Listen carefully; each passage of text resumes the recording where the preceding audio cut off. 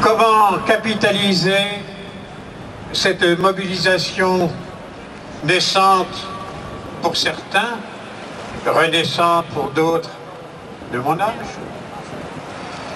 Oui, ben, il faut se le dire, le plus dur reste à faire. Il ne s'agit pas seulement d'être unis aujourd'hui, ni même de rester unis. Mais je préfère au mot union le mot avancer ensemble. Nous affrontons une crise qui, de grave, de très grave, est devenue gravissime. Car aujourd'hui, elle s'attaque aux fondamentaux, à commencer par le désengagement de l'État. Et j'y insiste, non seulement dans son rôle de financeur, on en a beaucoup parlé, mais aussi dans son rôle de régulateur dans un État républicain, régulateur au sein du spectacle vivant, alors qu'il laisse insidieusement s'installer. Il faut bien qu'il habitue les esprits. Une culture à deux vitesses, pour reprendre l'expression d'Arnaud Meunier à l'Odéon il y a 2 jours. Deux vitesses. D'un côté, celle soutenue par l'État, cet État, qui vise progressivement à se recentrer sur quelques grands équipements. De l'autre, une culture, et je le mets entre guillemets, abandonnée aux collectivités territoriales que le peu respectueux jargon bureaucratique, et je cite, qualifie de réseau secondaire ou intermédiaire. C'est 80%. L'important, je le souligne encore, n'est pas d'aller à la recherche d'un hypothétique consensus. Ce n'est pas notre culture. Ce consensus repose trop souvent sur des compromis, voire des compromissions, suivis de procès d'intention, y compris, nous le savons bien, parfois au sein de nos propres structures. Non, l'important, c'est de dégager des convergences comme aujourd'hui.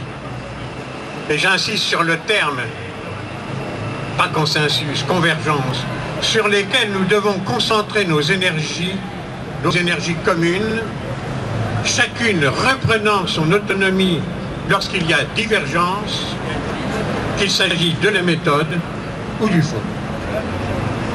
Ne cédons pas sous prétexte d'efficacité immédiate dans l'euphorie du moment à la tentation de créer je ne sais quel comité pyramidal de mobilisation.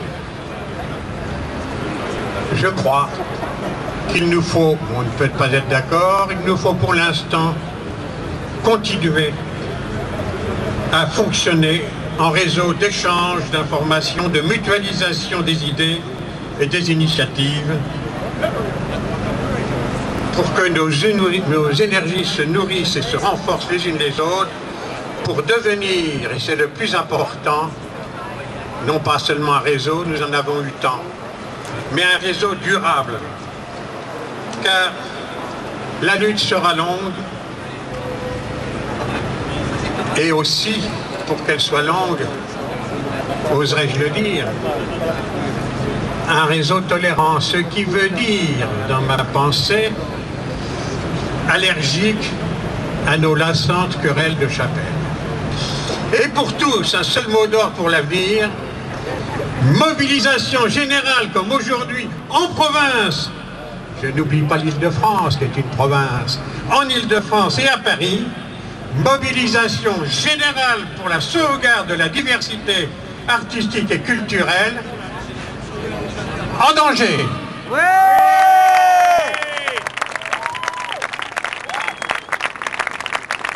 Je pense que c'est ce qui nous réunit tous aujourd'hui, et c'est ça qui est un symbole formidable. c'est de voir toutes ces structures de niveaux de subventionnement très différents réunis ensemble, toutes ces disciplines ensemble, pour manifester leur volonté d'une ambition pour une politique culturelle digne de notre pays et d'une ambition pour l'avenir de nos structures et de notre travail.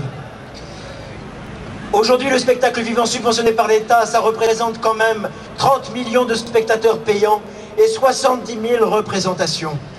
Et donc, même si nous ne pouvons pas être fermés dans le discours de l'argent, on ne peut pas se laisser culpabiliser sur nos revendications sur l'argent. Car à travers l'argent, ce sont des emplois, et surtout l'emploi artistique qui aujourd'hui est touché par ces baisses de subventions. Et moi aussi, en tant que metteur en scène et vice-président du Syndeac, j'appelle à la mobilisation générale. Merci.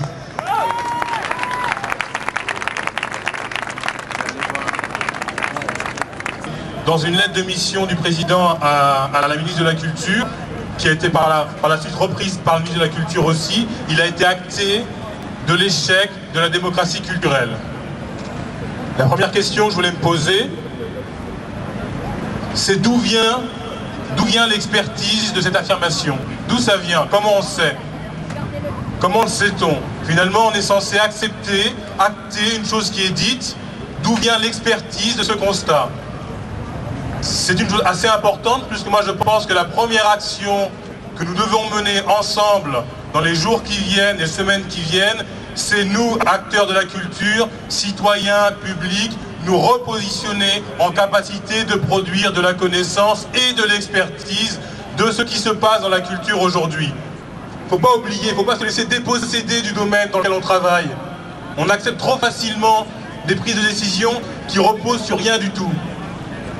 Donc moi je vous invite le plus rapidement possible, au travers de l'UFISC et des réseaux qui sont présents dans le cadre de cette rencontre d'aujourd'hui, à nous rassembler, à mettre en place un premier projet de travail pour aller au-devant du ministère avec vraiment des éléments de réflexion sur l'état de la politique culturelle aujourd'hui, sur le travail qui est mené, qu'on puisse partager à la fois les choses qu'on sait faire, mais aussi les choses qu'on n'arrive pas à faire, parce qu'on n'a pas les moyens de le faire.